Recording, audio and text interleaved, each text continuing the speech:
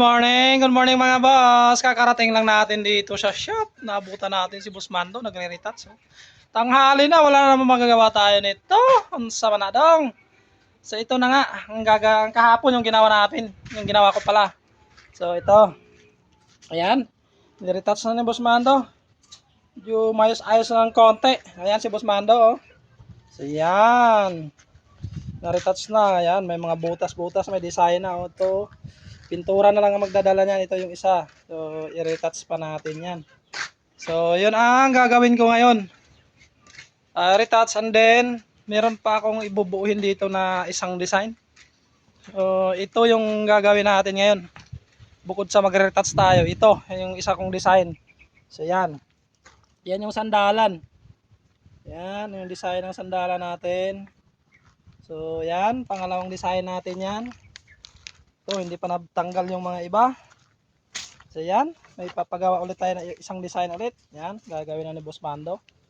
Si Boss Mando lang talaga sa kalam dyan. Oh. Yan, tapos ito. Ito yung partner nung gagawin nating sandalan. So dahan-dahan lang, kahit tanghali na tayo nakarating dito sa shop. Ang importante mahalaga. So mabubuurin natin yan balang araw. Joke!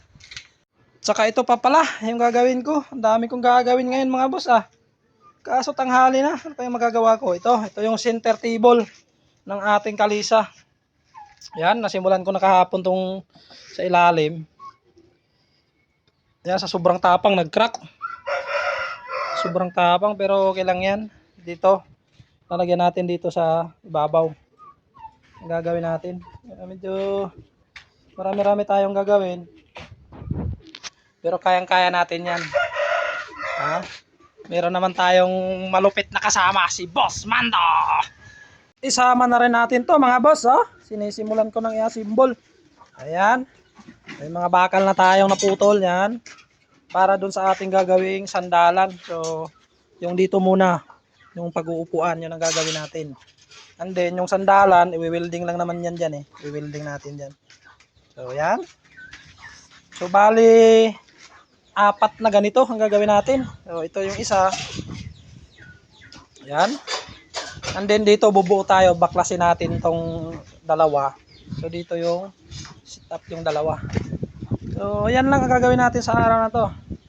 Very simple lang mga boss. So let's go!